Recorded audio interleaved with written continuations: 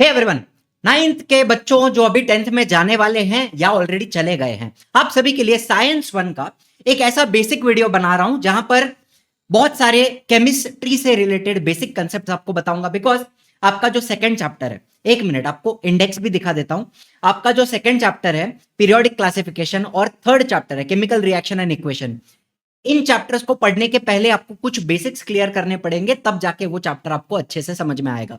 वैसे आपके इंडेक्स में आप देखो तो कौन से चैप्टर फिजिक्स में आते हैं और कौन से केमिस्ट्री में आते हैं वो एक बार आप समझ लो। ग्रेविटेशन फिजिक्स में आता है, effects of electric current chapter number 4 physics में आ गया, हीट आ गया फिजिक्स में, refraction of light, lenses and space mission. ये 6 चैप्टर देख लो, ध्यान से सुनना, 6 चैप्टर आपके फिजिक्स के बनते हैं, बराबर है। और periodic classification, chemical reaction and equation, metallurgy, carbon compound, ये 4 चैप्टर आपके 4 चैप्टर केमिस्ट्री के बनते हैं। और उसमें ग्रेविटेशन पढ़ते वक्त आपको ज्यादा कुछ बेसिक्स नहीं आते होंगे तो भी चलेगा। जैसे जैसे मैं लेक्चर वाइज सीरीज नया लेक्चर्स बनाऊंगा ग्रेविटेशन का, सारी बातें बिल्कुल क्लियर हो जाएंगी, ठीक है।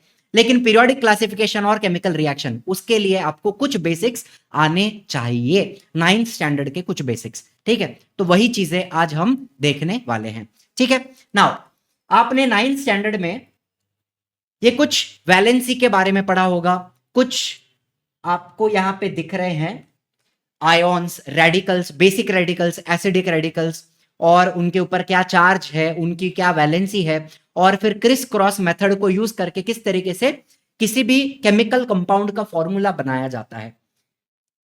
तो ये फॉर्मूला कैसे बनाना, वैलेंसी कैसे निकालनी, यही सारी चीजें यहां पे आपको बताऊंगा, ठीक है। इससे क्या होगा, जब आप केमिकल रिएक्शन चैप्टर पढ़ोगे तो कोई भी फॉर्मूला है उसका, केमिकल कंपाउंड का जो फॉर्मूला है वो आपको बनाने आना चाहिए। बहुत सारे बच्चे कंफ्यूज हो जाते हैं, क्रिस क्रॉस मेथड नहीं आती, वैलेंसी याद नहीं होती। तो देखो वही सारी चीजें यहां पे हम देखने वाले हैं। इसके लिए वैलेंसी आरती एक ऑलरेडी मैंने बनाई है, काफी सालों से फेमस है, बच्चे सुनते हैं, गाते हैं और वैलेंसी को लर्न करते हैं। उसका लिंक आपको डिस्क्रिप्शन में दे दूंगा, वैलेंसी आरती भी आप लर्न कर लेना। एंड एक और तरीका है वैलेंसी करने का, वो भी आपको बताऊंगा वीडियो के अंदर। वीडियो अच्छा लगेगा लाइक करना, शेयर करना, सब्सक्राइब करना। चैनल को टारगेट रखते हैं 1000 लाइक्स का। ऑल्सो जो भी बच्चे देख रहे हैं, आपका नाम और आप कहां से हो, कौन से रीजन से बिलोंग करते हो या कौन से सिटी से बिलोंग करते हो, कमेंट में जरूर बता के जाना, मुझे अच्छा लगेगा, मुझे आपका नाम जानकर, आपका एरिया जानकर, सिटी जानकर, ठीक है। चलिए शुरू करते हैं। बेसिक कॉन्सेप्ट्स, हमारे दुनिया में, यूनिवर्स में जो भी हम देखते हैं वो सब कुछ मैटर से बना हुआ है, बराबर है। और मैटर किस चीज से बनता है, एटम से बनता है। अब एटम्स के बारे में कुछ बेसिक चीजें, जैसे एटॉमिक नंबर क्या होता है, 9th में हमने पढ़ा हुआ है, फिर भी एक बार समझ लेंगे। एटॉमिक नंबर का सिंबल होता है Z। इसको मैं कैसे याद रखता हूं, देखो नंबर का जो n है उसको आडवा करेंगे तो वो Z बन जाता है। तो एटॉमिक नंबर का सिंबल क्या है, Z। इसको मैं ऐसे याद रखता हूं, n को आडवा करके, ठीक है। Atomic number is defined as the total number of protons present in the nucleus of the atom. Atom के बीच में जो न्यूक्लियस होता है उसमें कितने प्रोटॉन्स हैं, ये इसका एटॉमिक नंबर होता है। बाय द वे याद रखना, एक न्यूट्रल एटम के अंदर, एक न्यूट्रल एटम के अंदर जितने प्रोटॉन्स होते हैं उतने ही इलेक्ट्रॉन्स भी होते हैं। प्रोटॉन्स पॉजिटिव है, इलेक्ट्रॉन्स नेगेटिव है। एंड अगर दोनों का नंबर इक्वल रहेगा तो अपना एटम कैसा है, न्यूट्रल है, ठीक है। अब ये बात याद रखना, अगर प्रोटॉन्स बढ़ेंगे तो पॉजिटिव चार्ज आ जाएगा, एंड अगर इलेक्ट्रॉन्स बढ़ेंगे तो नेगेटिव चार्ज आ जाएगा अपने एटम के ऊपर, ठीक है। मतलब वो आयन बन जाएगा, या तो कैटायन बनेगा या तो एनायन बनेगा। बात समझ में आ रही है मेरी। न्यूट्रल एटम के अंदर याद रखना, न्यूट्रल एटम में जितने प्रोटॉन्स होते हैं उतने ही इलेक्ट्रॉन्स होते हैं, ठीक है। अब देखो, जैसे मैं हाइड्रोजन की बात करूं तो हाइड्रोजन के न्यूक्लियस के अंदर आपको एक प्रोटॉन दिख रहा है, ठीक है, 1 प्रोटॉन। एंड उसके पास एक ही शेल होता है, शेल का नाम क्या है, के शेल, पहला शेल के शेल, उसके अंदर भी एक ही इलेक्ट्रॉन है, ठीक है। जितने प्रोटॉन्स उतने इलेक्ट्रॉन्स, तो अपना एटम कैसा है, न्यूट्रल एटम है। बातें समझ में आ रही हैं कि नहीं आ रही हैं, ठीक। चलो दूसरा एग्जांपल लूंगा मैं कार्बन का। यहां पर न्यूक्लियस में आपको दिख रहा है 6 प्रोटॉन है, ठीक है। जितने प्रोटॉन होते हैं उतने ही इलेक्ट्रॉन्स भी होते हैं। तो पहले शेल के अंदर, ये जो के शेल है, इसके अंदर 2 इलेक्ट्रॉन्स आते हैं, ठीक है। कितने बचे, 4 इलेक्ट्रॉन। तो दूसरे शेल के अंदर, दूसरे शेल का नाम क्या है, एल शेल, के बाद एल, एल के बाद M, K L M N O P, इस तरीके से शेल्स होते हैं, ठीक है। एल शेल के अंदर कितने बचेंगे? 4 बचेंगे। तो मुझे बताओ, हमने इलेक्ट्रॉन्स को शेल्स के अंदर अरेंज किया है, इस अरेंजमेंट को कहते हैं इलेक्ट्रॉनिक कॉन्फ़िगरेशन। 2,4 के शेल के अंदर 2, एल शेल के अंदर 4, 2,4 इस तरीके से ब्रैकेट में लिखते हैं, इसको कहते हैं electronic configuration. It describes how the electrons are distributed in the shells. समझ में आया? आगे और एग्जांपल दूंगा आपको, चिंता मत करो। हाइड्रोजन की बात करें तो हाइड्रोजन में क्या लिखोगे आप? ब्रैकेट में सिर्फ 1 लिखोगे, बिकॉज उसके पास एक ही इलेक्ट्रॉन है। यहां पे कैसे लिखा हमने? 2,4, पहले शेल में 2, दूसरे शेल में 4, इसको कहते हैं इलेक्ट्रॉनिक कॉन्फ़िगरेशन, ठीक है। 10th स्टैंडर्ड में आपको 1 से लेके 20 एटॉमिक नंबर तक के एलिमेंट याद करने हैं। ध्यान से सुनना, उनकी वैलेंसी, उनका इलेक्ट्रॉनिक कॉन्फ़िगरेशन और किस तरीके से वो कंपाउंड्स फॉर्म करते हैं, ये तो वैलेंसी के ऊपर ही आधारित है। इलेक्ट्रॉनिक कॉन्फ़िगरेशन हो गया, एटॉमिक नंबर हो गया, atomic number, mass number, atomic mass याद रखने की जरूरत नहीं है। एंड इसके अलावा ये जो 1 to 20 एलिमेंट्स हैं, एटॉमिक नंबर, ये कौन से ग्रुप में और कौन से पीरियड में आते हैं ऑफ द पीरियोडिक टेबल, वो भी आपको याद रखना है, ठीक है। ये सब चीजें धीरे धीरे करके आप जब चैप्टर पढ़ोगे पीरियोडिक क्लासिफिकेशन, तब आपको समझ में आ जाएंगी, ठीक है। इतनी बात समझ में आई। अब लास्ट में यहां पे देखो, आपको दिख रहा है कार्बन के एटम के न्यूक्लियस में 6 प्रोटॉन के साथ 6 न्यूट्रॉन भी है। न्यूट्रॉन्स भी कहां होते हैं? न्यूक्लियस के अंदर होते हैं। तो प्रोटॉन्स प्लस न्यूट्रॉन्स, इसको हम कहते हैं atomic mass number. It is denoted by A, ठीक है। 6 + 6 कितना हो गया? 12। तो atomic mass number is the sum, sum मतलब क्या? Addition of proton and neutron which are present in the nucleus of the atom, ठीक है। प्रोटॉन्स और न्यूट्रॉन्स को ऐड करोगे तो आपको क्या मिलता है? एटॉमिक मास नंबर मिलता है, डिनोटेड बाय ए। यहां पे कार्बन का कितना है? 12 है। ये आपको वैसे एग्जाम के लिए याद रखने की जरूरत नहीं है। इतना क्लियर हुआ? अब ध्यान से सुनो, एक बेसिक एटम ले लिया हमने, ये इसका न्यूक्लियस है, न्यूक्लियस में प्रोटॉन्स होते हैं, ये अच्छा प्रोटॉन भी हैं और न्यूट्रॉन भी हैं। फिर ये इसका शेल आ गया, के शेल। कितने इलेक्ट्रॉन्स शेल के अंदर आ सकते हैं? मतलब हर एक शेल की कैपेसिटी कितनी होती है? के शेल है, L shell, M shell, N shell, उनकी कैपेसिटी कितनी है? ये पता लगाने के लिए अपने पास एक फॉर्मूला है। फॉर्मूला क्या है? 2n², ठीक है। जहां पर n की वैल्यू क्या होगी? n विल बी 1 और 2 और 3 और 4 एंड सो ऑन, ठीक है।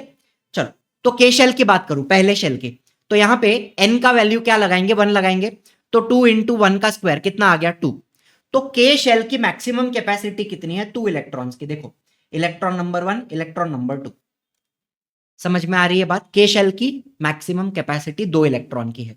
फिर दूसरा शेल की बात करूं, एल शेल, तो यहां पर n की वैल्यू क्या लगाएंगे? 2 लगाएंगे, ठीक है।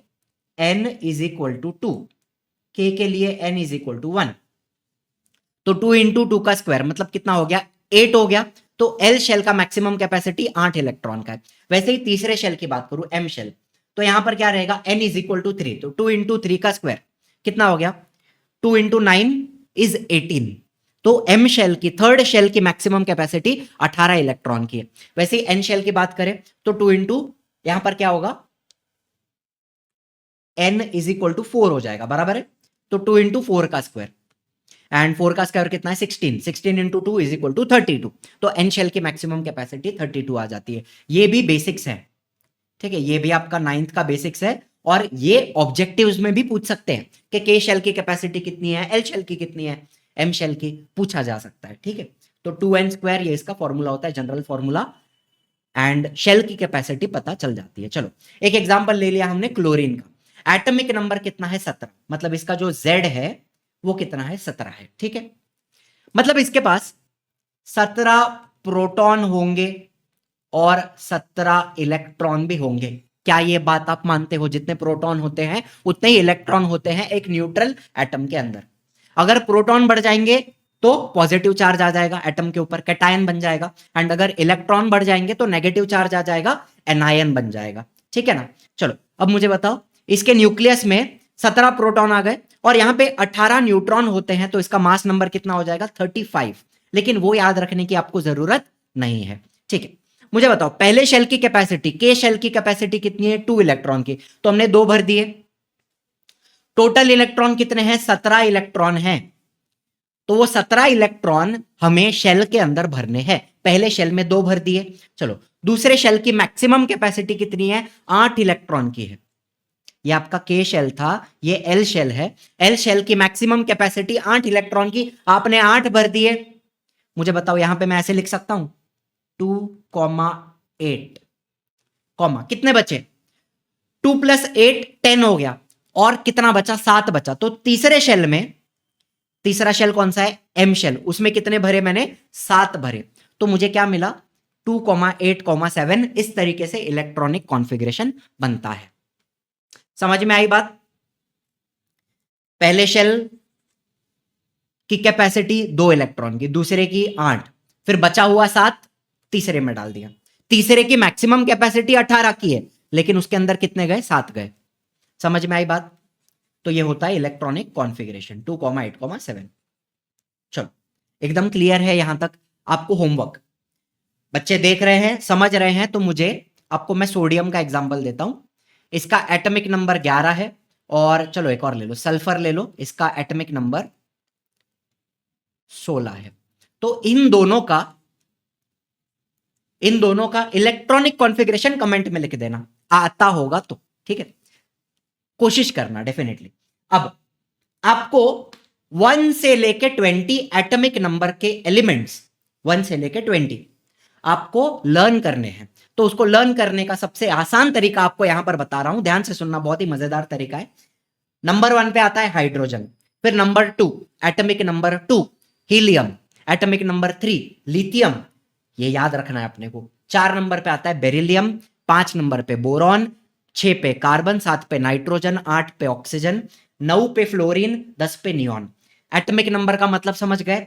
लिथियम एटॉमिक नंबर 3, मतलब इसके पास कितने प्रोटॉन है 3 प्रोटॉन और 3 इलेक्ट्रॉन। क्या ये बात आपको समझ में आ रही है?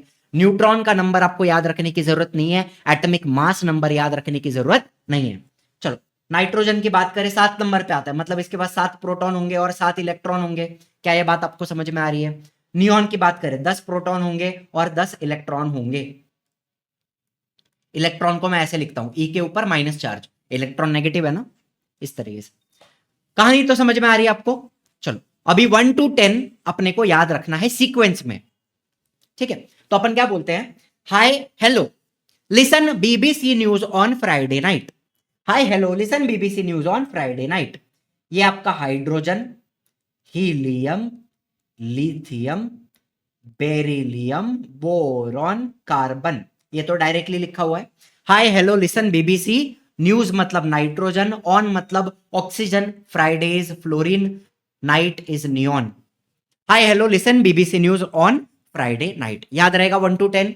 एकदम सिंपल कर दिया आपके लिए। अच्छा 11 से लेके 20 भी याद रखना है। 11 पे आता है सोडियम, 11 का मतलब समझते हो, 11 प्रोटॉन होंगे और 11 इलेक्ट्रॉन होंगे, सिंपल सी बात है। ठीक है, चलिए तो 11 नंबर पे सोडियम, 12 पे मैग्नीशियम, 13 पे aluminium, 14 silicon, 15 phosphorus, 16 sulphur, 17 chlorine, 18 argon, 19 potassium and 20 calcium. हम उसको कैल्शियम बोलते हैं, लेकिन एक्चुअल प्रोनाउंसिएशन होता है कैल्शियम, पोटेशियम, मैग्नीशियम। सीएम होता है, शियम नहीं होता है। हम शियम बोलते हैं लेकिन होता सीएम है। एनीवे तो 11 से लेके 20 अपन याद रखेंगे। कैसे रखेंगे? अपन बोलेंगे ना मांगो आलू से पेप्सी सोडा कोला और काजू कतली। ना मांगो आलू से पेप्सी सोडा कोला और काजू कतली। तो ये आपका सोडियम हो गया। ये मैग्नीशियम, ना मांगो, मांगो इज मैग्नीशियम, आलू इज एल्यूमिनियम, से is silicon, Pepsi phosphorus, soda sulphur, Cola is chlorine और इज आर्गन। ठीक है, काजू is potassium and katli is calcium. ना मांगो आलू से पेप्सी सोडा कोला और kaju katli. 1 to 20 atomic number के एलिमेंट अपने लर्न हो गए यहां पे। इसी तरीके से आपको लाइव में महाराष्ट्र के बेस्ट टीम से पढ़ना है।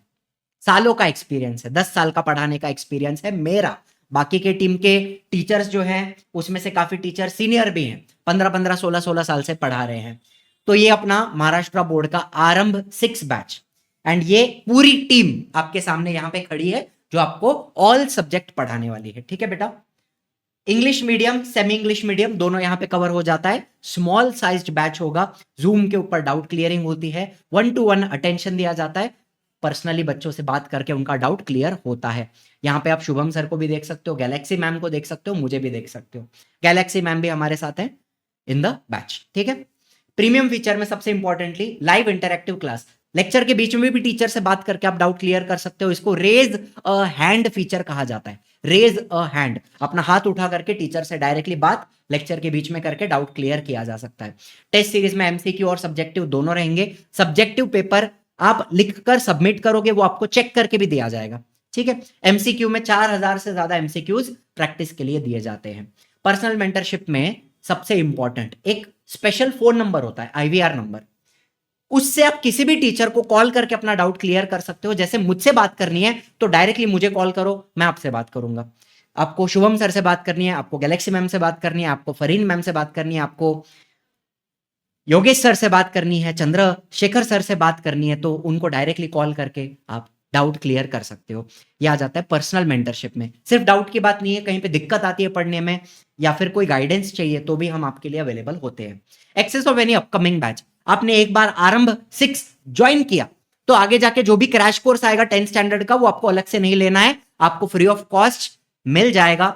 एक ही बार बैच परचेस करना है, इसके आगे आपको कोई भी बैच खरीदने की जरूरत नहीं पड़ेगी। ठीक है, खजाना मतलब क्या, पिछले बैच के जो भी रिकॉर्डिंग्स है, जो भी इंपॉर्टेंट मटेरियल नोट्स हमने प्रोवाइड किए हैं, वो सारे आपको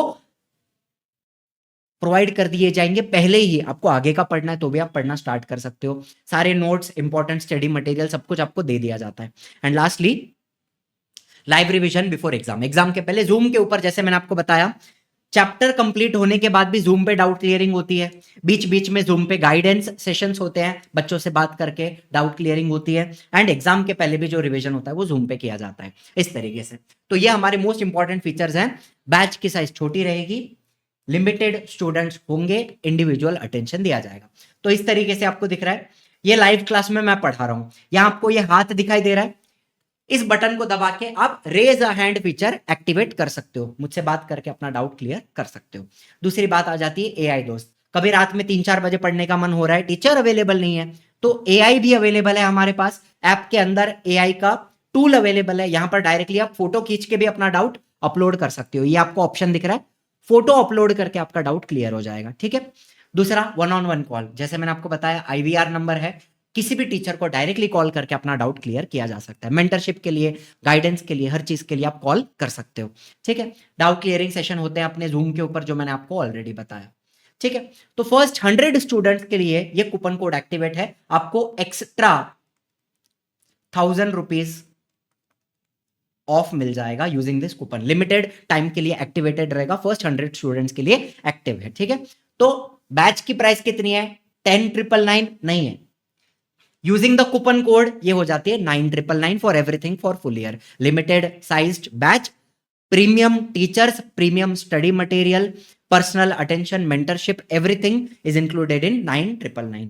ठीक है, चलिए बैच के रिगार्डिंग और कुछ पूछना है तो हमारे ये एजुकेशनल काउंसलर्स का नंबर है, दोनों में से किसी भी एक नंबर पे कॉल करके आप अपना डाउट बैच के रिगार्डिंग कुछ भी इंक्वायरी करनी है तो डायरेक्टली कर सकते हैं। ठीक है, चलिए आगे बढ़ेंगे। अब देखो, नोबल गैसेस क्या होते हैं? जिनकी वैलेंसी 0 होती है। ध्यान से सुनना, ये स्टेबल होते हैं। जैसे मैं हीलियम की बात करूं, atomic number 2, helium atomic number 2 है, मतलब इसके पास 2 प्रोटॉन होंगे और 2 इलेक्ट्रॉन होंगे। अभी ध्यान से सुनना, ये इसका न्यूक्लियस, 2 प्रोटॉन, 2 न्यूट्रॉन भी होते हैं, लेकिन हमें मास नंबर याद रखने की जरूरत नहीं है। ठीक है, चलो, एक शेल, उसके अंदर 2 इलेक्ट्रॉन। मुझे बताओ, के शेल की मैक्सिमम कैपेसिटी 2 ही इलेक्ट्रॉन की होती है, मतलब कहना ही से यहां पे ये शेल पूरी तरीके से कंप्लीट है। के शेल जो है वो पूरी तरीके से भरा हुआ है, यस और नो? डुप्लेट इज कंप्लीट, हम क्या बोलते हैं? डुप्लेट मतलब क्या? 2 इलेक्ट्रॉन।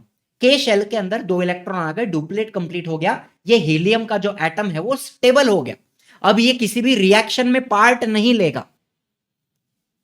ठीक है, मुझे बताओ, इसको इलेक्ट्रॉन लेने की जरूरत है? नहीं है। इलेक्ट्रॉन देने की जरूरत है? नहीं है।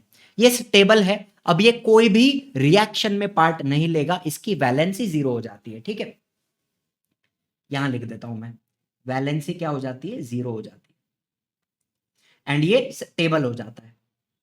उसका के शेल कंप्लीट है, डुप्लेट कंप्लीट हो गया। ठीक है, चलो नियॉन की बात करेंगे। एटॉमिक नंबर 10, मतलब इसके पास 10 प्रोटॉन होंगे और 10 इलेक्ट्रॉन होंगे। समझ रहे हो मेरी बात? चलो, न्यूक्लियस आ गया, न्यूक्लियस में 10 प्रोटॉन है, न्यूट्रॉन भी है। ठीक है, पहले शेल में 2 इलेक्ट्रॉन, के शेल कंप्लीट हो गया। दूसरा शेल क्या होता है? एल शेल, उसके अंदर 8 इलेक्ट्रॉन भर दिए। तो मुझे बताओ 2,8, ये इसका इलेक्ट्रॉनिक कॉन्फ़िगरेशन आ गया। के शेल भी पूरी तरीके से भरा हुआ है। एल शेल की कैपेसिटी 8 इलेक्ट्रॉन की होती है, वो भी पूरी तरीके से भरा हुआ है। मतलब यहां पर हम बोलते हैं ऑक्टेट कंप्लीट। ऑक्टेट मतलब 8 इलेक्ट्रॉन, एल शेल के अंदर 8 इलेक्ट्रॉन आ गए, मतलब ऑक्टेट कंप्लीट हो गया। इसकी भी क्या हो जाएगी? वैलेंसी 0 हो जाएगी, एंड ये कैसा हो जाएगा? स्टेबल हो जाएगा। तो आपको मालूम है बाकी के जो दूसरे एलिमेंट्स हैं वो लोग रिएक्ट क्यों करते हैं, अलग अलग रिएक्शंस में पार्ट क्यों लेते हैं, कंपाउंड क्यों बनाते हैं? बिकॉज उनको भी नोबल गैस की तरह स्टेबल होना है। उनको भी या तो डुप्लेट कंप्लीट करना है या तो ऑक्टेट कंप्लीट करना है। इसी चीज के लिए वो लोग आपस में रिएक्ट करते हैं, ताकि वो लोग नोबल गैस के जैसा उनका कॉन्फ़िगरेशन हो पाए एंड वो स्टेबल हो पाए। समझ में आ रही है बात? तो इसीलिए बाकी के जो दूसरे एलिमेंट्स हैं वो या तो इलेक्ट्रॉन्स को डोनेट कर देते हैं, या तो एक्सेप्ट करते हैं, या तो शेयर करते हैं, एंड अलग अलग प्रकार के रिएक्शंस होते हैं, अलग अलग कंपाउंड्स बनते हैं। बात समझ में आ रही है? ठीक है, बाकी सारे एलिमेंट इनकी तरह, नोबल गैस की तरह स्टेबल बनना चाहते हैं, डुप्लेट या तो ऑक्टेट कंप्लीट करना चाहते हैं। एकदम क्लियर बात समझ में आ रही है? देखो, इन दोनों का कंबाइनिंग कैपेसिटी और वैलेंसी क्या है? 0 है। कंबाइनिंग कैपेसिटी मतलब रिएक्शन करने की जो क्षमता है वो 0 है, ये दोनों रिएक्ट नहीं करते। अब देखो, ये आपका पीरियोडिक टेबल है, ये आप डिटेल में, आपका जो सेकंड चैप्टर है पीरियोडिक क्लासिफिकेशन ऑफ एलिमेंट, उसमें डिटेल में पढ़ोगे। लेकिन यहां पर एकदम बेसिक बात आपको बताऊंगा। इसमें जो आपको वर्टिकल कॉलम दिख रही है, दिख रही है? 1 2 3 4 5 6 7, ऐसे कितने हैं? 18। 18 वर्टिकल कॉलम्स हैं। इनको हम बोलते हैं ग्रुप्स। इनको क्या बोलते हैं? मैं लिखूं यहां पे 18 ग्रुप्स, इस तरीके से। समझ में आ रहा है आपको? जो वर्टिकल आपको कंपार्टमेंट्स दिख रहे हैं उनको क्या बोलते हैं? ग्रुप्स। 18 ग्रुप्स हैं। और जो हॉरिजॉन्टल आपको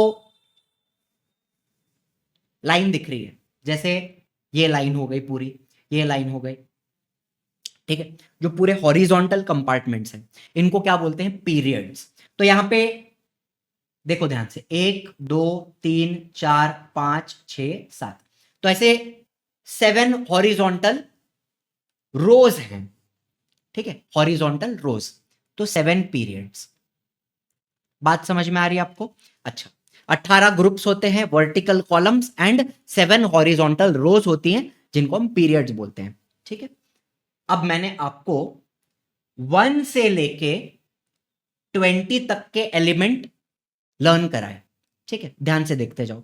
ये आपका हाइड्रोजन, यहां पे helium, hi hello listen B B C news on Friday night, बराबर है 1 to 10।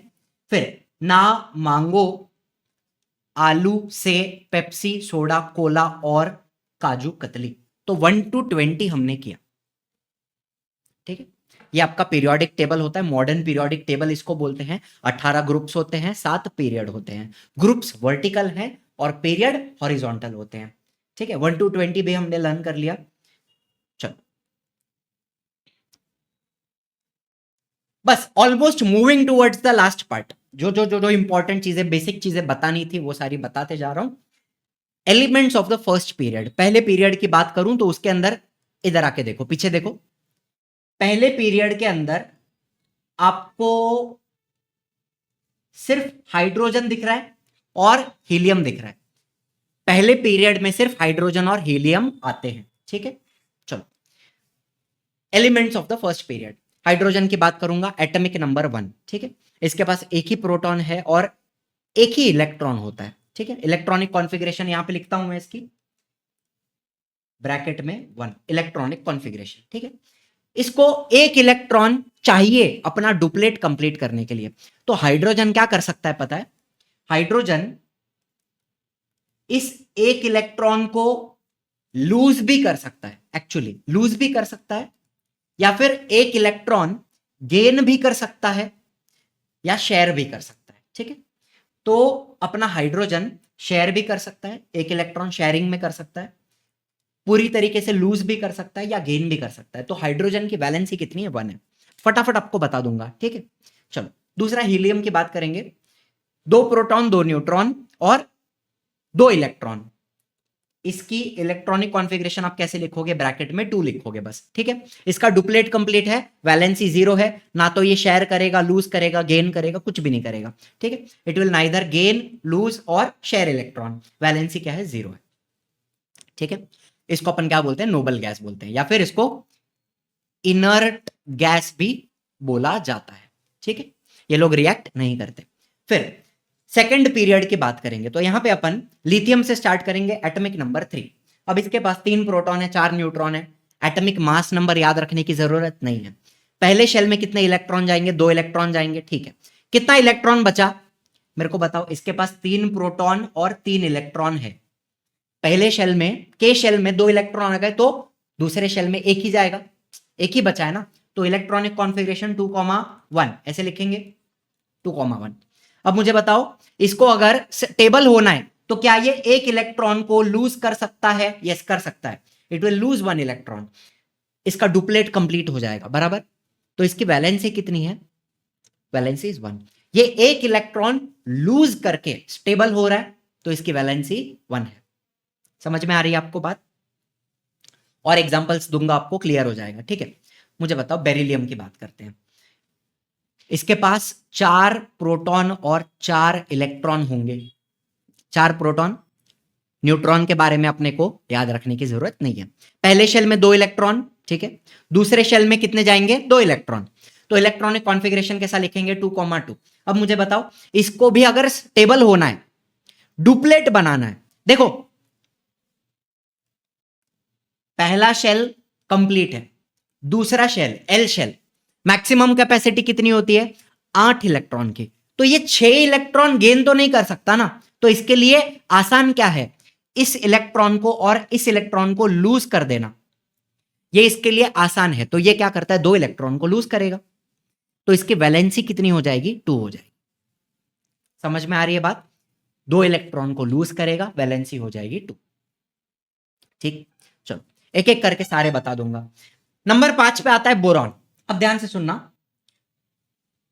5 प्रोटॉन रहेंगे और 5 इलेक्ट्रॉन रहेंगे। क्या यह बात बराबर है? नब न्यूक्लियस में आपको 5 प्रोटॉन दिख रहे हैं, 6 न्यूट्रॉन दिख रहे हैं। न्यूट्रॉन के बारे में अपने को बात नहीं करनी है। दूसरा, के शेल में 2 इलेक्ट्रॉन, तो कितने बचे? 3 बचे। तो दूसरे शेल में, एल शेल में 3 इलेक्ट्रॉन डाल देंगे, तो इलेक्ट्रॉनिक कॉन्फ़िगरेशन 2,3।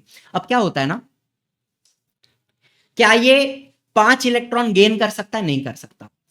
अच्छा, क्या ये 3 इलेक्ट्रॉन्स को लूज कर सकता है? नहीं कर पाएगा, बिकॉज 3 इलेक्ट्रॉन को लूज करना भी इसके लिए पॉसिबल नहीं है। तो ये क्या करता है?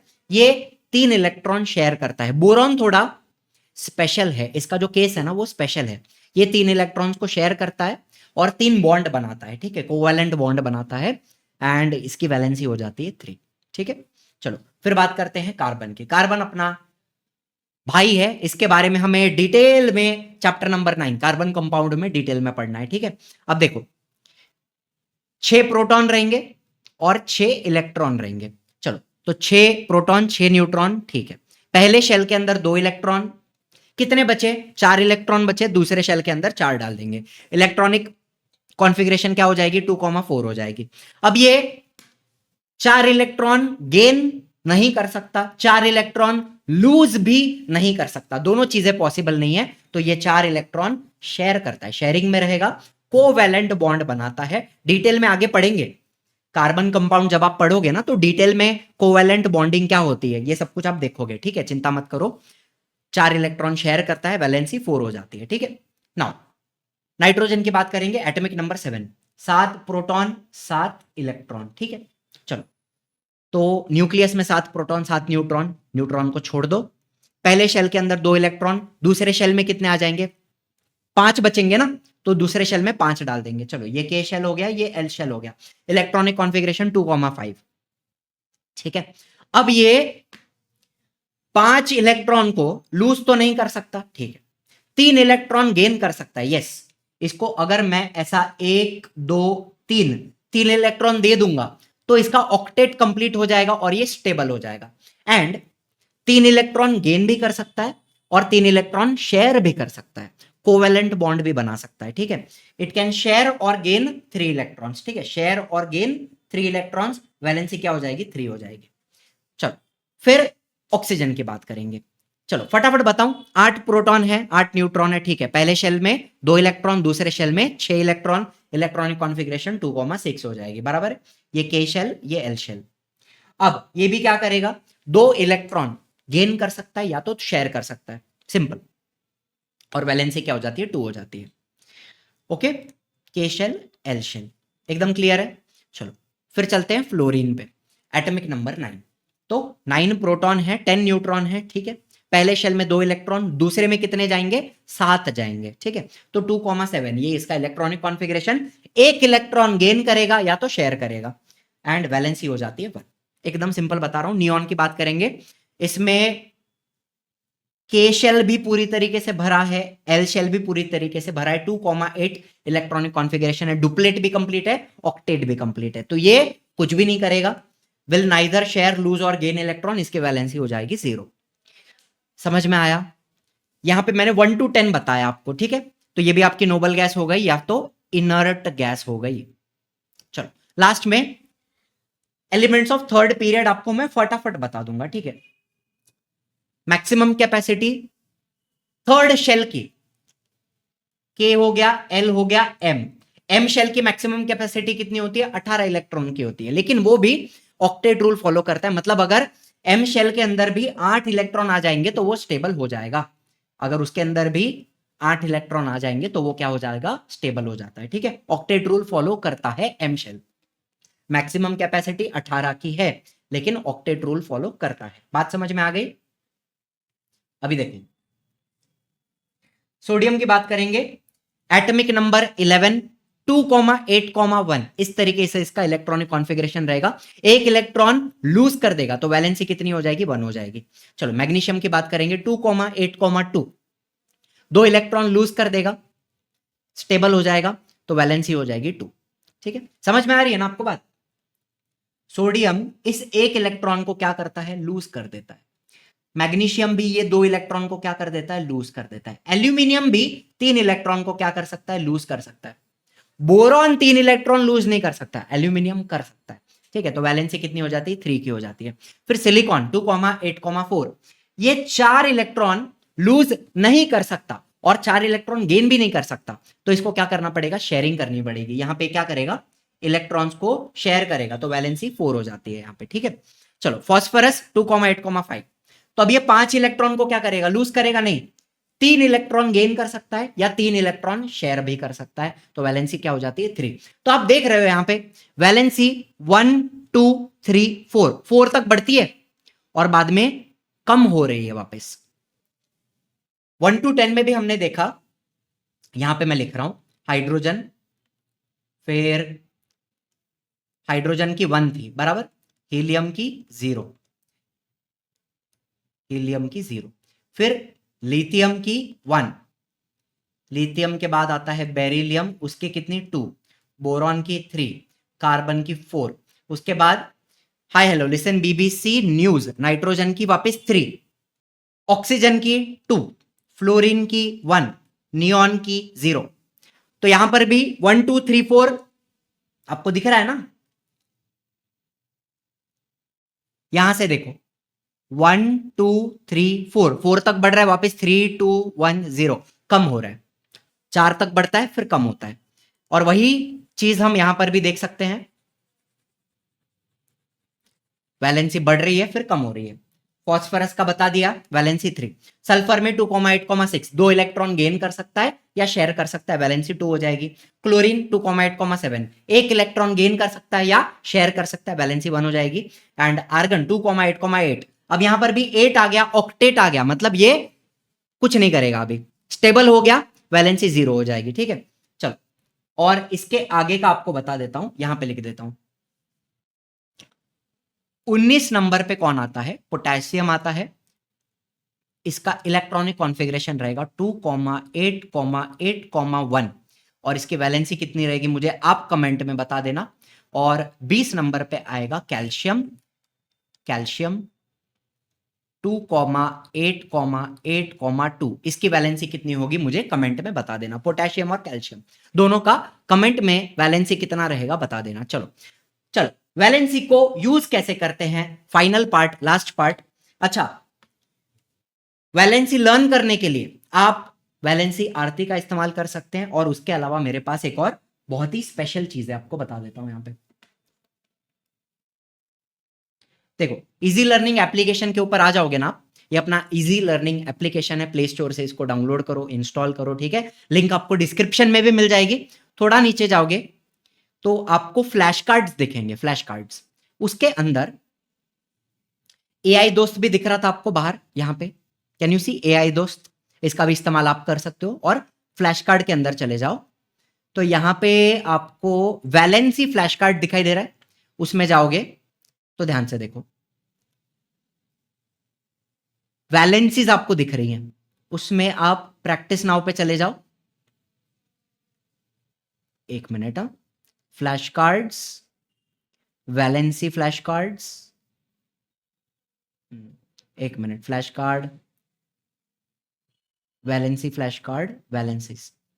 चलो तो यहां पे ब्रोमाइड की बात करेंगे तो Br के ऊपर -1 चार्ज होता है और उसकी वैलेंसी 1 होती है। ठीक है, ब्रोमीन का आपको याद रखना है, पूछ सकते हैं। सल्फेट, सल्फेट क्या होता है? SO4 2 माइनस चार्ज रहेगा, वैलेंसी 2 रहेगी। ठीक है, चार्ज भी याद रखना उसके ऊपर कितना है और उसकी वैलेंसी भी। सोडियम Na के ऊपर +1 चार्ज आता है, एक इलेक्ट्रॉन लूज करता है ना तो +1 चार्ज आता है और वैलेंसी कितनी होती है? 1 होती है। मैग्नीशियम 2 इलेक्ट्रॉन लूज करता है, +2 चार्ज आता है, वैलेंसी कितनी होती है? 2 होती है। तो ये फ्लैश कार्ड्स को यूज करके आप सारे वैलेंसीज फटाफट लर्न कर सकते हो। ठीक है, कार्बोनेट CO3 -1 सॉरी CO3 -2 रहेगा और वैलेंसी 2 रहेगी। ठीक है, चलो पोटेशियम K+1, ठीक है, एंड वैलेंसी कितनी रहेगी? 1 रहेगी। सल्फाइट SO3 2 वैलेंसी 2 रहेगी। फॉस्फेट PO4 -3 PO4 3 वैलेंसी कितनी रहेगी? 3 रहेगी। अमोनियम NH4+ वैलेंसी कितनी रहेगी? 1 रहेगी। ठीक है, NH4 ये 4 नीचे आना चाहिए, H के ऊपर 4+ ऊपर चला गया ना, वो 4 नीचे आना चाहिए। NH4+ +1 होता है और वैलेंसी कितनी रहेगी? 1 रहेगी। हाइड्रोजन प्लस भी दिखाता है, माइनस भी दिखाता है। H+ रहेगा उसको हाइड्रोजन कहेंगे एंड H- को हाइड्राइड कहेंगे, तो यहां पे वैलेंसी 1 हो जाती है। नाइट्राइड इज N3-, नाइट्रोजन के ऊपर 3- चार्ज आता है, उसको नाइट्राइड कहते हैं, वैलेंसी 3 रहेगी। एल्यूमिनियम वैलेंसी 3 रहेगी, 3+ चार्ज आ जाएगा उसके ऊपर और वैलेंसी 3 रहेगी। क्लोराइड Cl- चार्ज रहेगा, वैलेंसी 1 रहेगी। कैल्शियम Ca2+ हो जाएगा और वैलेंसी 2 रहेगी। हाइड्रोक्साइड OH- हो जाएगा, वैलेंसी 1 रहेगी। तो इस तरीके से फ्लैश कार्ड्स का भी इस्तेमाल करेंगे तो हमारी सारी वैलेंसीज लर्न हो जाती है। अच्छा, अब वैलेंसीज को इस्तेमाल कैसे करना है फटाफट देख लो एक बार। यहां तक आपने मेरे साथ पढ़ा है, आपको मैं वैलेंसी यूज करना बता देता हूं। जैसे हाइड्रोजन की वैलेंसी कितनी है मुझे बताओ। हाइड्रोजन की 1 है, ऑक्सीजन की कितनी है? 2 है, ये अपन ने ऑलरेडी देखा हुआ है। अब आपको क्या करना है? क्रिस क्रॉस करना है। तो मुझे बताओ H2O1 इस तरीके से बनेगा, H2O1, और वो 1 का कोई मतलब नहीं है तो 1 लिखने की जरूरत नहीं है, तो H2O ये आपका फॉर्मूला बन गया। चलो कार्बन और ऑक्सीजन की बात करें, मैं आपको लिख के बता देता हूं। कार्बन की वैलेंसी कितनी थी? 4 थी। ऑक्सीजन की कितनी है? 2 है। तो मुझे क्या चाहिए? मुझे लोएस्ट पॉसिबल नंबर लेना है, तो मैं यहां पे इसको 2 से डिवाइड करूं इस तरीके से और फिर इसको मैं क्रिस क्रॉस करूं, तो मुझे क्या मिल रहा है? C1 O2, 1 का कोई मतलब है क्या? नहीं है, तो मुझे क्या मिला? CO2। क्रिस क्रॉस मेथड बोलते हैं इसको। समझ में आ रही है आपको बात? यस और नो? ठीक है, CO2। चलो, इस तरीके से मैंने कार्बन लिया, हाइड्रोजन लिया, इसका कितना है? 4 है, इसका कितना है? 1 है। मैंने किया क्रिस एंड मैंने किया क्रॉस, तो क्या बन गया? C1H4। 1 का कोई मतलब है? नहीं है, CH4। समझ में आ गई बात? CH4। चलो, फिर उसी तरीके से फटाफट एग्जांपल ले लेंगे अपन। कैल्शियम और कार्बोनेट।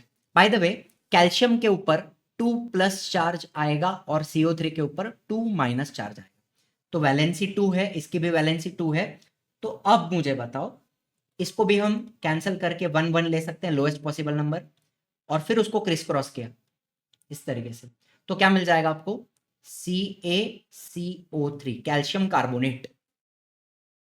समझ में आया? देखो, क्रिस क्रॉस किया, CaCO3। आप लोग चार्जेस भी याद रखना, किसके ऊपर क्या चार्ज है। कैल्शियम के ऊपर क्या है? 2+ चार्ज है, HCO3। बाइकार्बोनेट, इसके ऊपर -1 चार्ज होता है, वैलेंसी कितनी होती है? 1 होती है। इसकी 2 है, इसकी 1 है। तो आपने अगर क्रिस क्रॉस किया तो आपको क्या मिला? Ca1 ब्रैकेट HCO3 ब्रैकेट में डालोगे आप और नीचे 2 लिखोगे, ब्रैकेट के बाहर 2 लगाओगे इस तरीके से, CaHCO3 2। ये क्या है? Calcium bicarbonate. समझ में आ रही है आपको बात? किस तरीके से लिखा मैंने? CaHCO3 twice, calcium bicarbonate. चलो, फिर कैल्शियम के ऊपर क्या चार्ज है? 2+ चार्ज है। सल्फेट के ऊपर क्या है? 2- चार्ज है। इसकी वैलेंसी 2, इसकी वैलेंसी 2, 2 कट हो गया, तो CaSO4 मिलेगा आपको क्रिस क्रॉस करके, कैल्शियम सल्फेट। चलो, कैल्शियम के ऊपर 2+ चार्ज है, NO3 के ऊपर -1 चार्ज होता है, वैलेंसी 1 होती है, 2 and 1। तो आपको क्या मिलेगा? कैल्शियम 1 और NO3 को आप ब्रैकेट में डालोगे और ब्रैकेट के बाहर 2 लगाओगे इस तरीके से, कैल्शियम नाइट्रेट बन जाएगा। ठीक है, फिर कैल्शियम के ऊपर 2+ चार्ज है, OH हाइड्रोक्साइड के ऊपर -1 चार्ज है, कैल्शियम की वैलेंसी 2, हाइड्रोक्साइड की 1, क्रिस क्रॉस किया तो क्या मिला? कैल्शियम 1 और OH ब्रैकेट में डाल के आगे 2 लगाओगे, कैल्शियम हाइड्रोक्साइड, CaOH ट्वाइस। ठीक है, इस तरीके से क्रिस क्रॉस करके अपने को वैलेंसी यूज करनी है। तो इसके लिए आप 2 चीजें करो, आरती का इस्तेमाल करो, वैलेंसी आरती, और दूसरा फ्लैश कार्ड से भी आपके सारे वैलेंसी लर्न हो जाएंगे। और एक बार वैलेंसी लर्न हो गया ना, तो आगे जाके कोई भी कंपाउंड बनाना हो, कोई भी प्रोडक्ट बनाना हो, आप फटाफट बना सकते हो। समझ में आ गई बात? तो चलो, यहां पे आपको मैं प्रैक्टिस के लिए दे रहा हूं। सोडियम चार्ज याद रखना, इसके ऊपर प्लस चार्ज आएगा, ऑक्सीजन के ऊपर 2- चार्ज आएगा। कैल्शियम पोटेशियम के ऊपर +1 चार्ज आ जाएगा, NO3 के ऊपर माइनस। कैडमियम CD के ऊपर 2+ चार्ज आएगा, क्लोरीन के ऊपर -1। फिर कार्बन में चार्ज नहीं आएगा, यहाँ पे कोवैलेंट बॉन्ड बनेगा, सोडियम प्लस चार्ज रहेगा, ये 2-। एल्यूमिनियम 3+ चार्ज रहेगा, और यहाँ पे हाइड्रोजन के ऊपर माइनस चार्ज आ जाएगा, हाइड्राइड बन जाएगा, एल्यूमिनियम हाइड्राइड, ये 3+, ये -1, ये प्लस, ये 2-, ये 3+, ये माइनस, ये 2+, ये माइनस, ये 2+, ये माइनस, ये 2+, ये 2-। यहाँ पे कोवैलेंट बॉन्ड बनेगा, ये 2+ और ये 2-। तो चार्जेस भी याद रखने हैं, वैलेंसी भी याद रखनी है, और क्रिस क्रॉस मेथड करके आपको इनके फॉर्मूला बनाने हैं। ठीक है, तो बस इसी के साथ आज का लेक्चर यहां पे समाप्त करूंगा। आई होप वैलेंसी समझ में आए आपको। वैलेंसी क्या होती है? उसकी कंबाइनिंग कैपेसिटी, कितना इलेक्ट्रॉन लूज करेगा, गेन करेगा या शेयर करेगा, उसको हम वैलेंसी बोलते हैं। और वैलेंसी के हिसाब से क्रिस क्रॉस करके हम फॉर्मूला बनाते हैं। और पीरियड और ग्रुप आपको समझ में आए, I hope so. 1 to 20 element आपको याद करने हैं, उनका इलेक्ट्रॉनिक कॉन्फ़िगरेशन आपको याद करना है। तो ये सारी चीजें हमने यहाँ पे थोड़ी बेसिक्स देखी हैं। फ्लैश कार्ड का इस्तेमाल करो तो आपके सारे वैलेंसी फटाफट लर्न हो जाएंगे। चलिए, thank you so much for watching. I will see you in the next one. Tata bye bye, जय हिंद, जय महाराष्ट्र।